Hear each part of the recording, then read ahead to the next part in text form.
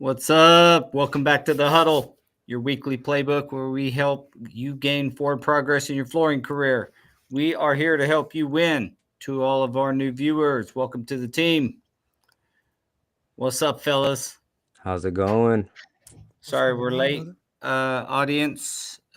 We had a little technical difficulty, but we got it. We got it. We're here on a cold, blistery winter's day. I would love it if anybody on would just comment with what degree and where you're at because we got 14 up here in Kansas City and it feels like it's like 7. Well, 7 below. It was literally 8 below here. We don't get Yeah, below. I mean, we get cold in Kansas, but below we're 0. 4 degrees and our low is -5. Yes, Roland, I am cold because I just got back from lunch and it is like 14 degrees. And like I said, it is almost, with the wind chill, I think it's saying like it feels like -4 or something crazy. Anyway, I think it is -4. That's how cold it is. Cold. It's cold. Yeah, I actually plugged my truck in last night to make sure that we're gonna be good this in the morning. Good call. What, is it a diesel? Yeah, Or you do that every time it's like down in the, below shouldn't you 20. do that below 20? I don't know what our guys do, but they certainly um, plug in our trucks. I think it's probably any time it's under freezing. But anyway, today is we are going to need some audience participation for this to last an hour, but it's always a fun topic. Uh, You say it's that. for You say well, that. yeah. It's I it's don't fun know. now. It's fun to talk about it now. It wasn't fun back on in the day, right? Yeah. Yeah, it wasn't fun when these things happen, but your first time flooring failures, you know, we'll go a little bit farther and discuss like how to avoid them too, or what we learned from them. But it's going to take participation because I've only made one mistake, and I think Daniel only made one. Jose's only made one. So What's up, at Jorge? that, I we think got like 3. Jorge's at home sick right now too, I think, based on his post earlier. Hey Jorge, Yeah. how cold is it there, dude? I know it's always warm there, but I heard from Ben, who many of you know with Go Carrera, um, and he's been on the podcast several times. But he said that he was showing me pictures of family members down in Houston that got 4 inches of snow. So I'm sure it ain't as warm as it usually is for you, Jorge. Might as well just shut the whole community down at that point when it's That this happened. I I remember think the working whole in Oklahoma. city, from what Ben said, the whole city's shut down. Like they just stayed home. Well, they're just not equipped, right? Like they don't have the roads are different, the tires are different, and I never would have thought about that. But when we were in Oklahoma, they shut down because of like 2 hours of freezing rain, and we were down there with Michigan tires and just like, what do you guys like? What's wrong? All right, we got some 27s to 40 degrees now. Okay, well, you're whooping our ass. right. It's you're 3 times as warm as we are. Well, we're gonna give it a second. Let some audience catch up with us here, and hopefully we'll be getting some participation on this topic. But when you think about, let's start with this. When you think about flooring, all right. When you think about flooring fells, um, what always comes to my mind is things that go wrong. But I'm not talking about um, not like I didn't prep the floor or something like that. these are things that you maybe did early on that caused you some issues. So obviously a little bit, do a temperature check here.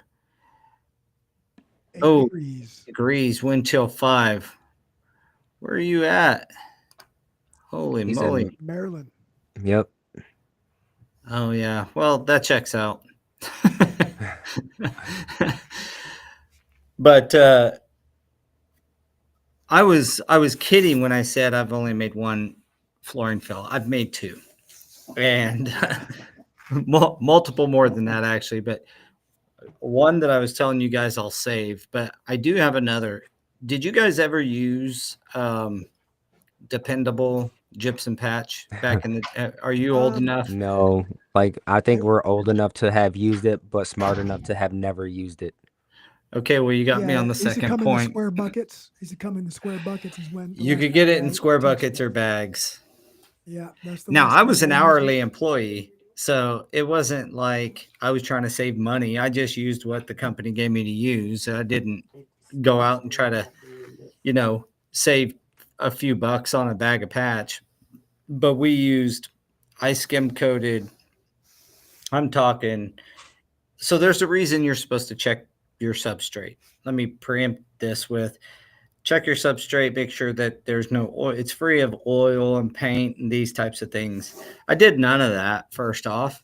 And secondly, I skim coated an entire hallway, and I even built it up real nice in a few areas, maybe ½ inch with some Yeah, that's some skin coat. dependable gypsum base patch.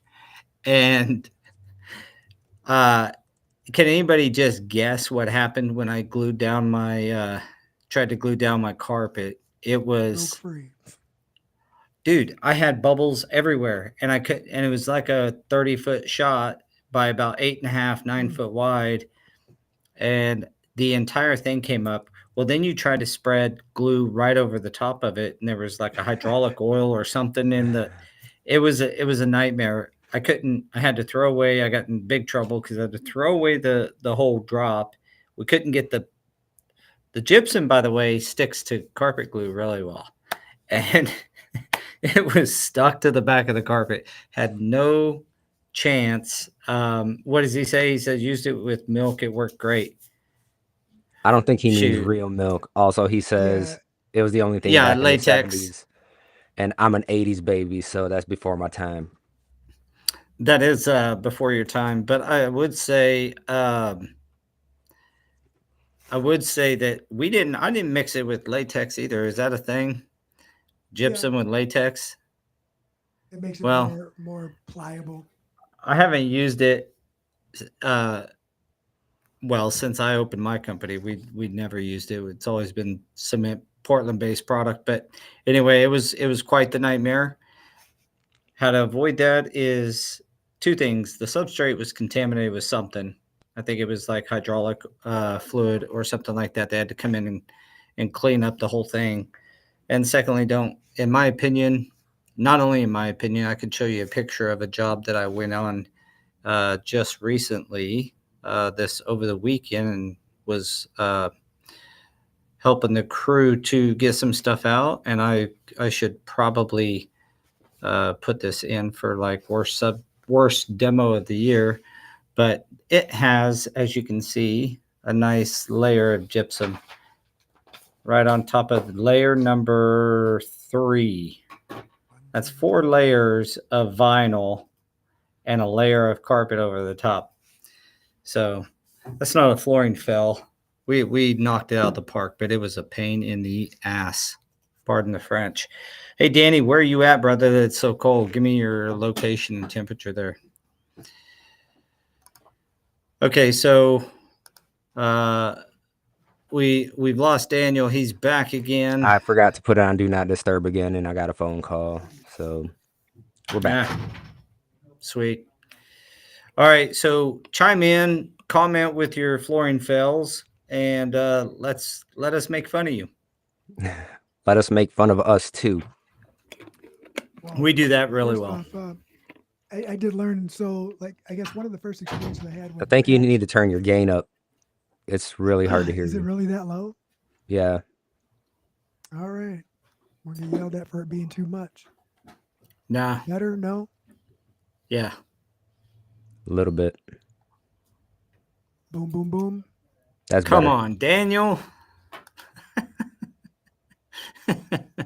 All right. So My man we Danny. did a project My brother.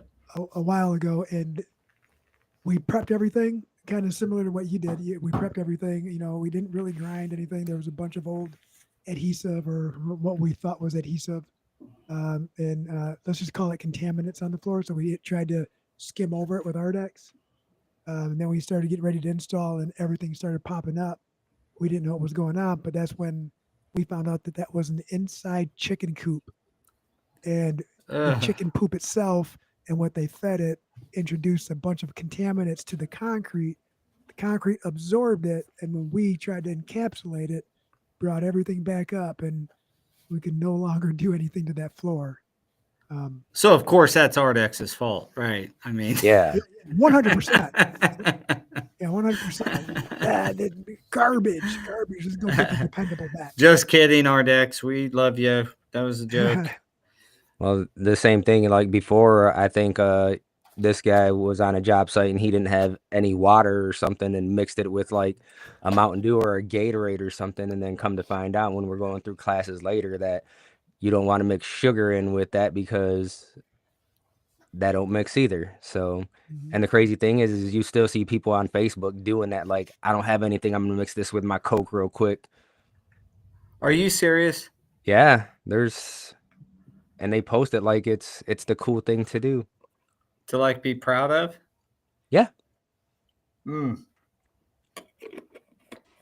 That's so silly. Desperate times. About call for the desperate measures. craziest I've gotten with Patch is, heating up the water a little bit to make her kick off a little faster. But Oh yeah. I think that's I don't want to say common practice, but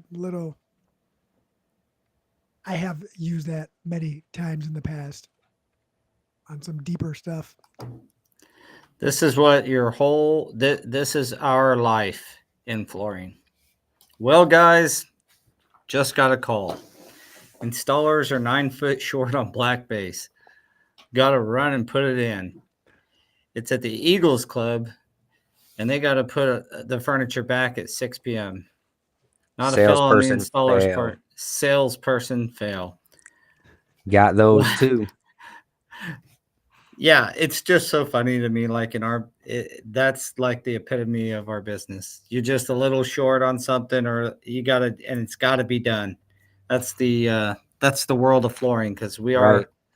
are the last the Mohicans in a Danny job site, says- and typically it's moving right in behind us. Danny says sometimes scarifying and primer just aren't enough, but there's always a way.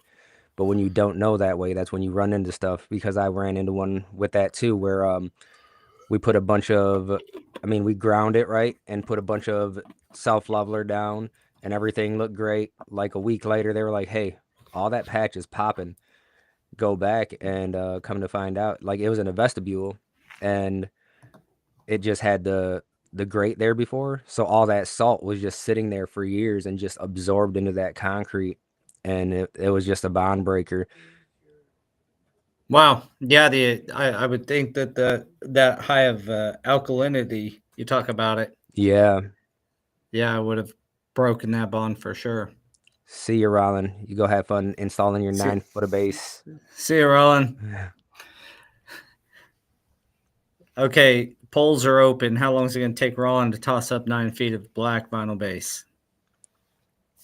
It's probably already done. It's already done. Danny, I did prime first, but it was not a primer that was Wasn't an epoxy primer. Is probably in that case. Yeah, it just yeah. Like it did nothing. Like you said, that's a lot of alkalinity, and that's straight salt, and you have no idea how deep it went. I got a question. Does anybody? Well, first off, does anybody put does anybody use flammable contact cement when you're putting on carpet Hold up. broadloom on stairs. There's non-flammable contact cement. There is now. Yeah. Yeah, there's non-flammable. I don't trust it. That's what I we've don't been either. using. The Parabon does have one, but good old, what is it, 5025 or whatever, the red can Parabon, that's what I use.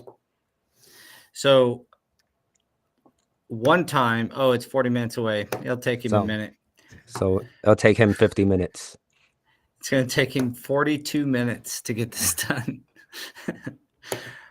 So that's all I ever used when I was installing broadloom, is contact cement, flammable contact cement. Roll the back, roll your stairs, and I'd do on a 4-foot set of stairs. I'd cut up for 10, and I'd waterfall them up the stairs, and Didn't know they had mumbo jumbo. Didn't know they had non-flammable.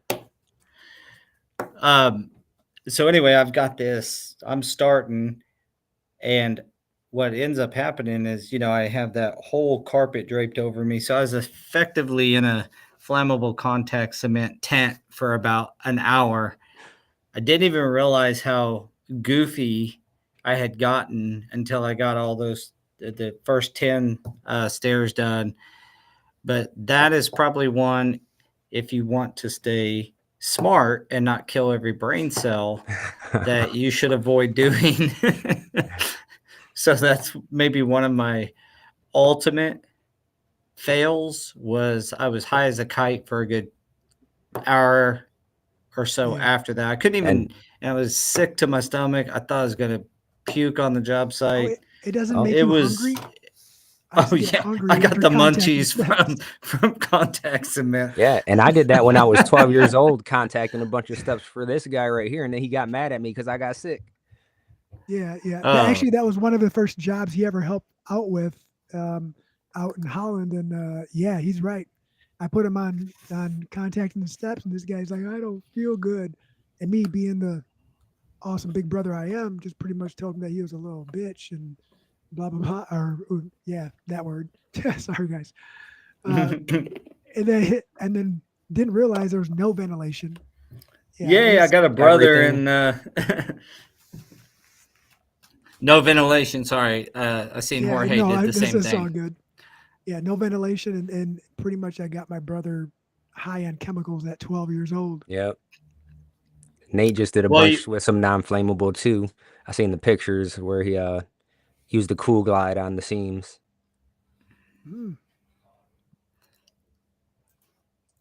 Yeah, that's funny. Yeah, it was not good, Jorge. And I don't know where how you could possibly get the get hungry from it, but so he says that someone that he knows, or we're going to Hodges real quick. Someone that he knows installed some glue down plank in 0-degree weather. It's acclimated inside, but how can you acclimate it in? Yeah, I mean, unless inside was like the HVAC was on, then it's fine. The material flexed and gapped. Well, I think when it's cold and then you install it, it's gonna end up pushing up on each other, expanding. Yeah, that's severe. I can't imagine that turned out good. No, not unless it stayed there. But surely they heated it up a minute. Put it back to normal temperature. Okay, Lanny says, I had a project not pass inspection. It was glued down broadloom carpet and out of the specs for Boeing.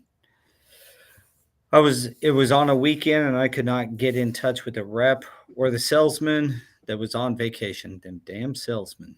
And vacation when you need them the most. And the commercial space had to be back in use on Monday. I crab stretched it as far as I could, but it was on gypsum, and it didn't hold very well. Yep, I could see that. We ended up sending another guy out there to seam and stretch the centers. Cost me a few bucks. Good learning experience. Good learning experience, though. Yeah, I don't know how you would do that without cool Busting up grinding the the gypsum and- seams and prepping the gypsum and priming it and prepping it. The problem is gypsum, you Well, put a you- lot of glue on that, even if you prime it. And like we've had it where guys skim coat it and they prime it and skim coat it. And then you put down, if you have like the thin set that they used in this very first unit, it was more of a prepping thing, not necessarily skim coating, but they had to prime it to be able to get all these belly sways that were in the gypcrete out. But point being, when they mix their thin set and they mix it really runny, Oh yeah. And it all that introduces moisture went in all there the and moisture. it released that. And I was like, dude, that's going to happen every time, even if you prime it and kind of do it mostly right. You can get away with a lot, but you don't want to over wet in your thin set. It probably wouldn't have held anyway at the end of the day. So it Well, was that and a you're good that's early where catch. checking the porosity after you prime it that first time Yeah. too, to make sure that it's not gonna, super soak up some of that moisture. Yep. But yeah, I think Yeah, a lot crazy. of these fails are just learning experiences. Like we're talking about contact, and before we got on here, that's what I said. I'm still in high school, working at a high school during the summertime, was carrying a gallon of contact just from one end of the school to the other in one of the rooms that we just installed, slipped out of my hand, spilled everywhere. I'm trying to clean it up and repair it before anyone comes in. And like just when you think that you're in the clear, like, all right, I got it. I got the carpet there and it was tandis, so I'm just going to double cut it, right? As soon as I go to start double cutting it, guess who just walks in, catches me. Like I was almost done. Almost there. Like, what the hell's going on? What'd you end up doing? He ended up showing me exactly how it should be done instead of me messing it up even more. Yeah. Fair- Because I didn't mess up, right? That's how I learned too. So Yeah, he said that he did prime it, but he didn't own a stretcher, just a crab, and the crab can only do so much. We've been on projects where we have 2 stretchers and like 4 crabs because the carpet is that messed up. And I mean, granted, it was out of tolerance, and the manufacturer knew, and they were like, all right, we're just going to pay you guys to get it in there. We're confident it'll stretch that much. And that's what we did. We had a stretcher head on this side, a stretcher head on this side, and dead man's stretched it overnight, let it do its thing.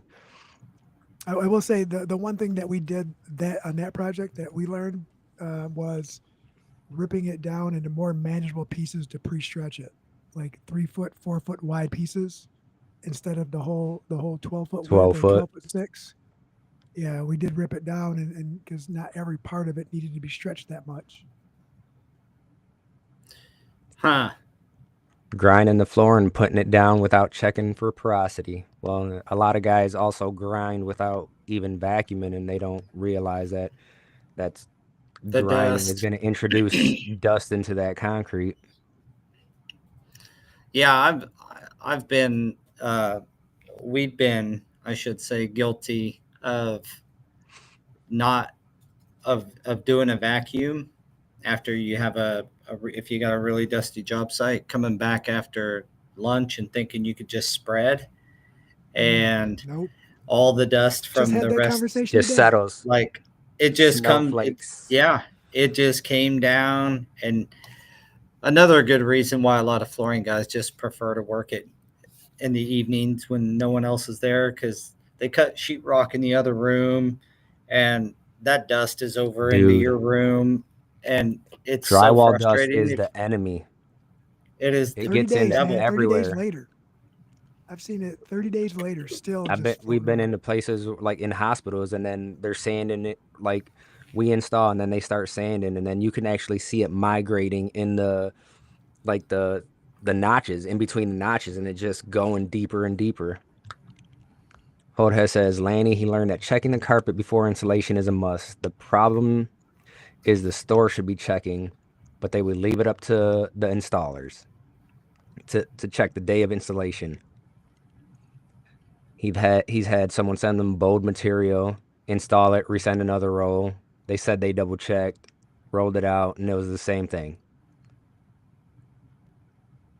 And then he made another claim, and they said that he was probably wrong. The independent inspector came, checked, and said it was past the tolerance again. So you can't take anyone's word for it. I mean, if you look at just the CFI, right? The R1, you get into patterns and elongation and bows and skews and what to look for and how to look for it. And a lot of it just falls on the installer, unfortunately. But it should be a salesman type of thing. But a lot of these salesmen don't have the knowledge to just look at something and be like, yeah, that's wrong. A lot. Well, and think about it from a dollars and cents standpoint. There's two things. One, most of the salesmen don't have the skill and ability to really know what they're looking at or really understand how to check it in the first place. The second thing is, if you're pushing out 50, 60 houses, 75 houses a week or 100 even, there's no time to unroll and visibly Just check. look at it. I mean, like, dude, that ain't going to happen. It is going to fall on us, and it's always going to fall on the installer. Yeah. That's just how this business is. Until you get to where the manufacturers don't try to send out crappy product. Because why is it that I'm going to defend the dealer on this? Why is it the dealer's responsibility? They paid good money for And it already first passed quality the product. manufacturer's quality inspection. And yeah, that's on them. I mean, I get it, but well, you also at the have end the of the day, salespeople man, that come to you and they're like, yes, it's just some broadloom carpet, no pattern. You No get there pattern. and it's like a 1/2 inch by 1 inch pattern, and it's like, bro, I yeah, would like the rather do hardest one. Yeah. Yeah. I'd rather do a 3-foot pattern. Yeah. Just overlap and double cut, right? Yeah. Well, that's how you do all carpet, isn't it? Serpentine. So Brother Danny Serpentine. says he doesn't get it with all the social media knowledge out there that it doesn't change. And I think it's just that some people don't want to change. You have to actually look at yourself and admit that you're wrong sometimes, and that's hard for some people to do. And Danny, what are you specifically referencing? Like all the problems from the manufacturer, or what? Or are you talking about with all the social media out there that the knowledge of these issues should be wide enough? Think smaller. Yeah, that's how I take that. He's still he's a couple seconds behind. He's a little bit behind, but Delayed. yeah, I'm wondering what he's referencing there, but for sure, like we all see stuff on social media, but unless you're in the learning, like you're ready to learn, just running across someone else's fail isn't gonna. It just isn't gonna stick. My favorite thing lately has been when the guys that you see posting on a regular basis that are posting some quality work, and then they'll come on and be like, just post a picture. What's wrong with this picture? And then, they'll be like, yep, that is the issue. And then a lot of them are like, and that is why I worked until this time last night, because I wasn't going to leave it like that. But that's the thing. It's catching it and then fixing it. And that's, I think, the big thing about these rookie fails is you learn from what you do. Like, I don't ever want to make that mistake again. Like, I know we've talked about before about trying to glue down linoleum like it was sheet vinyl, and then there was bubbles everywhere. It's like, yeah, I'm never going to do that again. Yeah, part of it is like, even after training, you run across things because there's no sight. There's so many millions of combinations from the type of concrete to the job site conditions to the product that you're putting in to the adhesive. You take 4 variables and hundreds of thousands of different job sites, and not one exact condition matches the other. That's why manufacturers are so vague in a lot of their site conditions, and then they have to weigh that against like selling their product, because there's a lot of manufacturers.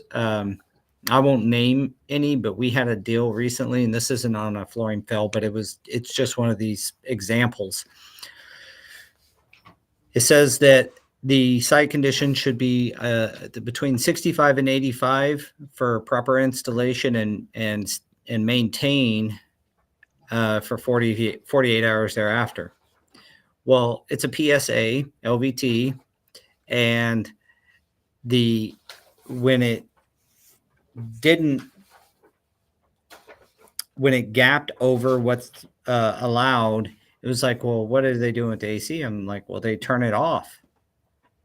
And I know that shouldn't happen, but your manufacturer's instructions don't state that you have to keep it there or within 10%. Some of them will say between 7 and 10% or something like that. From there on, it just says for 48 hours thereafter.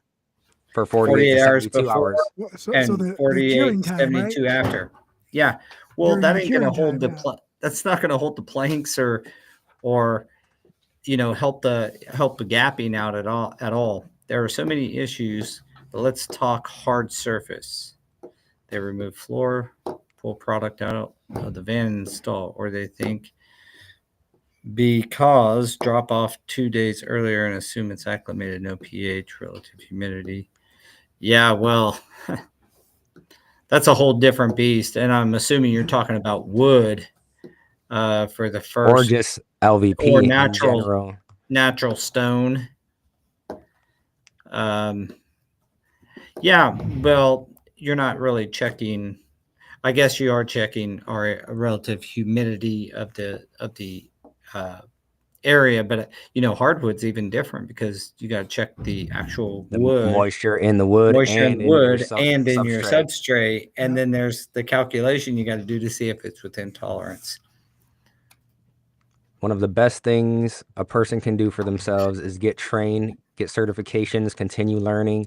After that experience, I ended up getting Forbo Master Certified, Mohawk, and Mondo. To this day, I still learn all the time. And that's where we Amen, have Lanny. today. You should be like an ambassador for us, both at the Yeah, no Huddle kidding. and for Go Carrera. That industry. is I mean, he's our actually scream. really active in the groups and stuff too. And I'm pretty sure there's some guys that still question his knowledge, even though he's been in it for a long time and he's learned so much. And just because they don't do it the exact same way that he does, they're like, nope, you're wrong. I don't need to do it like that. You're wrong. I've done it this way for 20 years. 20 years. 30 I can't years. stand that saying. Yeah, I mean, when you have just like Danny was talking about, not checking for acclimation, things like that. I mean, that's a great time to be using FloorCloud, is when you need to know your site conditions. Maybe you're not. Maybe you're not already on site, and your salesperson has that. They can check the site conditions, whether residential or commercial, and they know right then whether they should be dispatching you to the job site, whether or not they're going to be setting you up for success or not. So demand FloorCloud. It enables that real-time monitoring of site conditions. We're all believers. We talk about it pretty often here about the simple and easy setup, how great the interface is. And, when you have job sites all over, particularly in the commercial world, but it obviously works just as good in the residential world, having that information right there at your fingertips is a real game changer. Let's run a Information in your pocket. Amen. Let's run a quick FloorCloud video. FloorCloud enables real-time monitoring of your job site conditions via desktop or mobile device. No more manual checking for temperature, humidity, or even dew point. No need for base stations, Wi-Fi, or external power sources. Simply scan the QR code on the front of your sensors and you're up and running with the most accurate and innovative site monitoring system in the flooring industry. Dispatch your crews with confidence and reduce your climate-related installation issues. Now you know, FloorCloud.com. And Now you know. Yeah, that's a Danny said FloorCloud is awesome. Knowing your site conditions is awesome, and knowing it at your fingertips is really awesome. So Yeah, thank you to our sponsors, FloorCloud. I would say that, guys, talking about milk earlier got me thinking we will milk a subject, and we are doing so. Let's keep this going. I love it. So, another thing when you're talking about these flooring failures. First off, I just want to say this: like, admit that you didn't know what the hell you was doing and you was messing up. It was really funny to hear your story about messing up that Tandis carpet and your brother coming and like he fixed it and kept me from messing it up even worse. Like you were messing it up, and you're able to like just admit it, move Well, on, learn wait. that lesson. Not everyone has someone walking in on them like when you're in there, right? So it was one of those things like you caught me, so What do what you So am I show gonna me how do? to fix it right. Well, my point is when you were talking about like some people maybe giving Lanny not trusting what he has to say because we've been doing this 20 years or whatever. Like guys, if you think, what is that saying? Like the dumbest person in the room is the person who thinks he knows it all. And it's because you can't learn. You're not going to be able to learn if you are constantly believing that your way is the best. I've said this story plenty of times, but we have a really good carpet crew, and we sent them to What's out, Danny? to R1 and C1. See you, Danny. See you in Vegas, baby. See you in Vegas. Anyway, they're a pretty good carpet crew, but we wanted to get them certified and sent them R1, C1. I believe they ended up going back and continuing that. But when they came back, they talked about like, man, I was so wrong. And there's something about training that can kind of break you down, like being in the training that these people giving each other advice, it doesn't come across the same because the ego's getting away. If you're Right. going to a training, like you are more open to learning, that's what you're there for. Those guys came back and they were like, man, we call them the McDaniel brothers, and like gushed about how much they learned, how much they had been doing wrong, and how they're going to be doing some things different in the future, Right. particularly as it came to, and I think they did go through C2 possibly, because particularly when it came to double glue down stuff. Yeah, and I've had the privilege of working with, guys that work directly for manufacturers and teaching them, and it's like they come back and they're like, man, I didn't realize how much I didn't know until we went through this class with you. And it's like, and that's what it's all about. And when I'm teaching the classes, I'm like, straight up, if you guys know something that I don't, let me know. And the last time one of the guys did show me, he's like, it's just something simple, is just turn your tip a little bit, then you don't have to work it a certain way. And it's like, man, I did that on the next flash code project I did, and it was like, that's how I'm doing it every time now. Amen. Yeah, So keep you on just go in learning. there to learn, and you're like, well, even if you do know that you know a little bit, right, and you know more than the average, or you feel like you know more than the average, and then you go to a class and you surround yourself by people, individuals who are trying to get better at their craft. It's the amount of information that you guys can bounce off of each other and put it together to create like a new hybrid technique or something like that. That's what makes it all worth it. And Well, just you being able to absorb that information and then apply it in real life time the next time you touch it is worth its weight in gold. Dan says he's been learning for 36. Happy 36th birthday, Dan.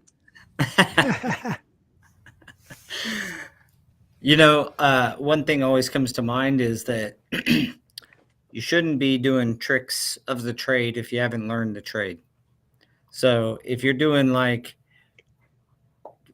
things that are outside the manufacturer's recommendations or industry standard, and you don't even know what the industry standard is, you're not doing a trick, you're experimenting. You're not even experimenting.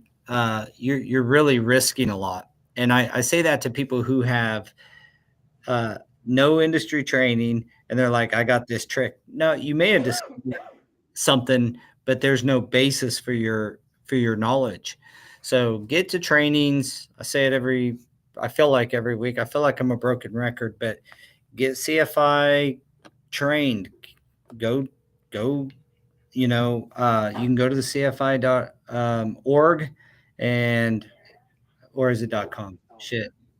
What's that? CFI installer. Yeah. I don't know what's up with your mic. Hi, Mike. What'd I do? No, your brother. Say it again. Say something, Daniel. You're not coming through, is he? I was There you muted. go.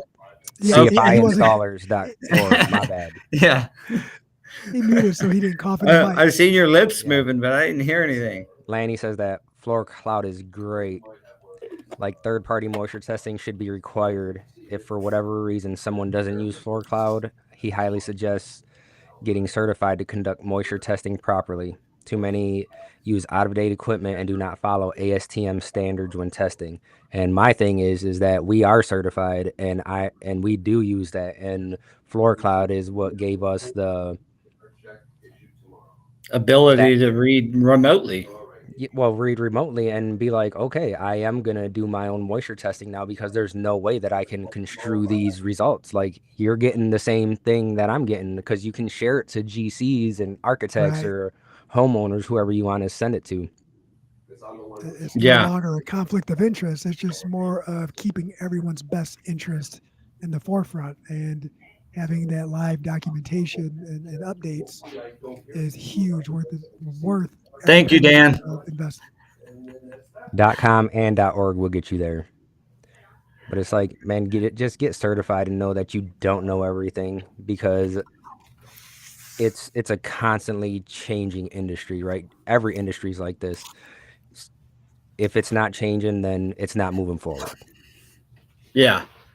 Yeah, you got to stay up to date on all the new adhesives, all the new application standards, and you can do that and build yourself a heck of an online reputation if you do that and you have a Go Carrera profile too. So we'll be coming out with profile only. Some upcoming news here in the new year. We're working on finalizing some stuff for that. So look forward to some nice positive changes in the Go Carrera world. So you can still get your free installer profile, QR code right on the screen, but you can start building your rating, start building your score, and get that thing up there, and that'll set you apart for everyone. Meaning, people understand a 0 to 5 score. Frankly, one of our problems in flooring is there's so many different entities that train and call different things. So a homeowner may not know that an R2 is a good installer. R2, but they're used to this 0 to 5 score. So get on there and get your score. That being said, I am totally out of mistakes that I've made in this industry, or I'm at least not. I'm willing to in the pocket for next time. That I'm willing Let's to talk relay. about this one real quick. There's when I realized this was a while ago. And also, all this dumb stuff does involve me and Daniel. For some reason, dude, it really does involve me and Daniel. We were working at a basement of a priest home, and this is when I realized that flooring installers are not plumbers, and don't act like you know what you're doing or what you're messing with. When we were installing sheet vinyl in the basement, and we didn't know what we were touching, but we know that we could move it a little bit. So we started rocking back and forth a pressure tank. That was it was a holding tank for all of this water. It was pressurized. Yeah. Oh no! And, the pressure's coming through the PVC, and we lift it up just a little bit more, push it, almost got it. And right as we yep, good, tuck it under, boom, it blew up and water started coming out. Daniel jumped on it like it was a grenade, put his hands over it, and water just went everywhere. And we appreciated the effort out of Daniel, but it wasn't stopping anything. No, I still stopped a lot of that water. I don't even care what you say. Yeah, okay, yeah. Luckily, the gentleman was very understanding, and it was very humbling, and said, "Look, here's what happened. I asked the guys to do this. We were trying to get it in there so that way we didn't have to make an unnecessary cut. We wanted to appear that it was built on top. And then boom. But got the water shut off, got everything fixed, replaced. And he was actually very happy when we were done, despite the damage that we caused. I always take one for the team. Taking one for the team. Oh, I'll just never forget that. The look on his face, and the water didn't stop coming out.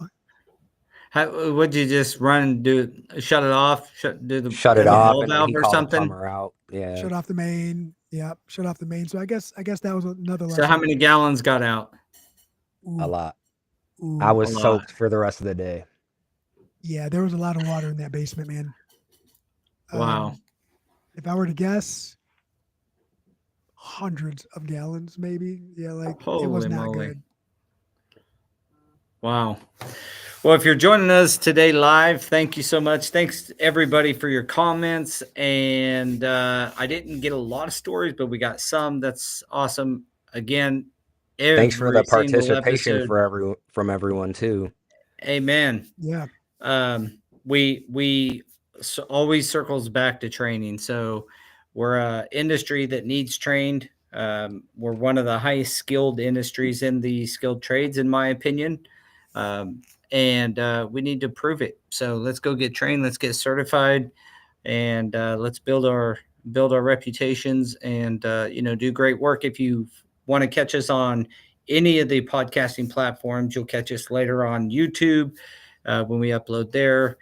Anywhere you consume the Huddle, please give us some feedback. Give us a like, subscribe if you're on YouTube, and we certainly appreciate everything. And I think a common theme through here from the guys that are really, really good, they're all still saying we're still learning. Still learning. still learning. Look at there, Mr. Always. Dan Churchill, still learning. Dennis or Denise. Denise, like, yep. So, Well, I guess the next. all right, next time everyone. we're going to be down in Vegas, right? Yeah. Hey, thanks for bringing that And it's up. going to be a later show because we're going to do 4 p.m. Vegas time, whatever time zone that is. Yeah, so catch us next week live from Tice. We're going to be hanging out, going to a lot of different manufacturer booths. We're going to try to get you guys some news, give you some insight on how the show's going. And yeah, who all is going to Vegas? Lanny, Jorge. Yeah. Awesome. All right, everybody. Thanks for joining us, and we will see you next week from Las Vegas.